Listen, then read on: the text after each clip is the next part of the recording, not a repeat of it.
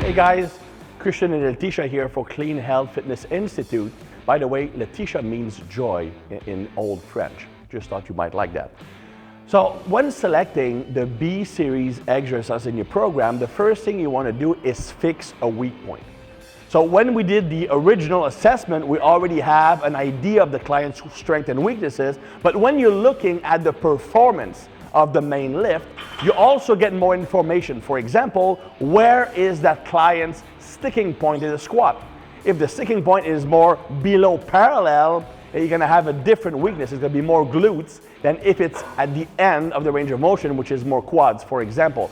Or depending on the performance, if they're leaning forward or not, it can give you some clues. Now, let's say that we want to fix a weaker posterior chain. Of course, squatting is still going to build the quadriceps, but if we can, we still want to emphasize our weaker muscle groups if possible.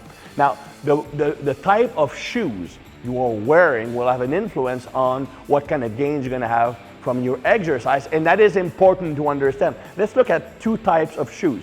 We have first here what we call lifters. Lifters are either Olympic lifting shoes or designed similar to Olympic lifting shoes with an elevated heel that is very solid. It raises the heels up, facilitate the knee traveling forward, which increases quadriceps activation because the muscle being stretched the most is the muscle being recruited the most.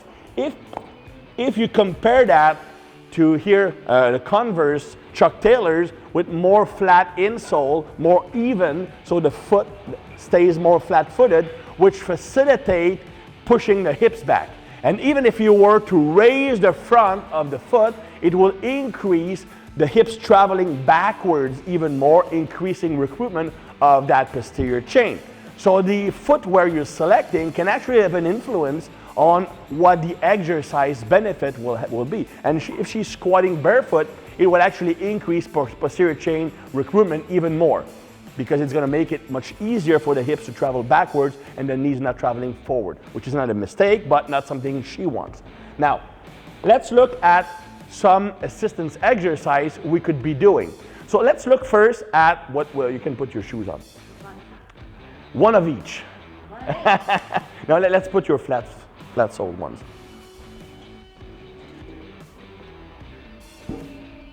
By the way, this is what we call dead hair time in video producing. So I'm just gonna sing a French song for you guys. No, I'm kidding. Everybody would like run away. We can always edit that out in the video session. Is that how fast you can go? You can't go faster? Let's look at her shoe technique. Is she skilled? Who knows such thing as a shoe technique? Will she still have a job next week? There you go. All right. So let's look at split squats, for example. So let's demonstrate a split squat with dumbbells. Just not a Bulgarian split squat, just a regular split squat. Put yourself sideways to the camera. Yeah, exactly. So let's do a regular split squat, not a lunge, a split squat. All right. The difference between a split squat and a lunge: in a split squat, your feet start in that position and they stay here. Good. So what are we saying here? What muscle is being stretched the most? The quads, because it's traveling far forward.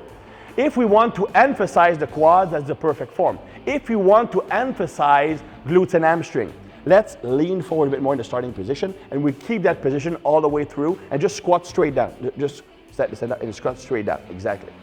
Good. Again. So I'm going to lean more forward and stay here. Good. See, that doesn't move forward that much, and the knee moving forward is not a mistake.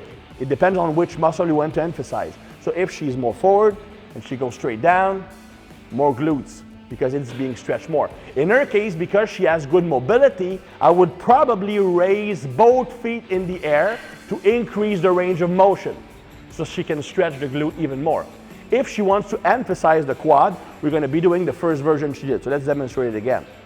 So now she would stay more upright and she would lean forward to stretch the quadriceps as much as possible.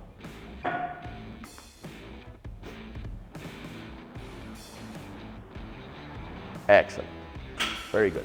Another modification you can make is changing the width of your feet. If she brings them closer together, it's going to facilitate the recruitment of the quads a bit more. So that's because you can travel even more forward because you're not limited by the mobility or the elasticity of the psoas on the other side.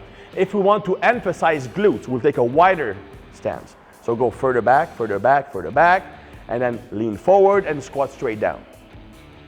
That's it. Now your glute is being stretched more and the quad is being stretched a lot less. Again, because she has good mobility, I would probably raise both feet in the air.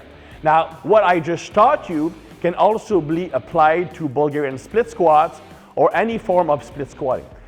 Split squatting is normally the exercise I use in most cases in the B series exercise because it is the most adaptable variation. Now, if I'm working with a strength athlete that needs to specifically bring the squat up, not just overall body development, we might go with a second squat in the B series. If we did, for example, a regular front squat in the A series, we might go cyclist squat on the B series to keep emphasizing the quadriceps. But keep in mind, the number one purpose of the B series exercise is to fix a weakness found in the A series exercise. So that's why when you're assessing a client, the assessment doesn't start when you did the test. It never stops. It never stops. Every rep a client does is an assessment. You're looking at what's going on, what change in body position happens when they're near the sticking point. And that information can be used to better select the assistance exercises, B and C series, to get the most out of their training. So until next time, this is Chris and Letitia, Fist of Victory. That's it.